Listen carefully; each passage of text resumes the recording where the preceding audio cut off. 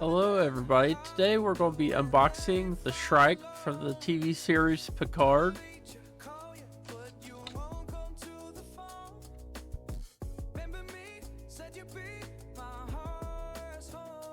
We got the stand, the other part of the stand, and the ship itself.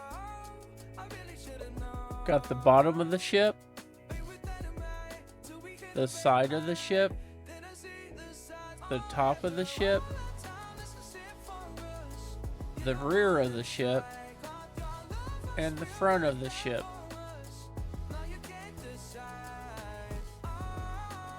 The ship is a little less than 8 inches long, and the ship is a little less than 4.5 inches wide. I think it has some really good weight to it. It's mostly all metal. I think the only plastic is this little bit here on the top, maybe.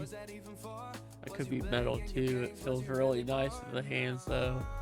I just want to thank everybody for watching. Please like and subscribe, and have a wonderful day. Thank you. Did I see the signs? Oh, after all that time, this is it for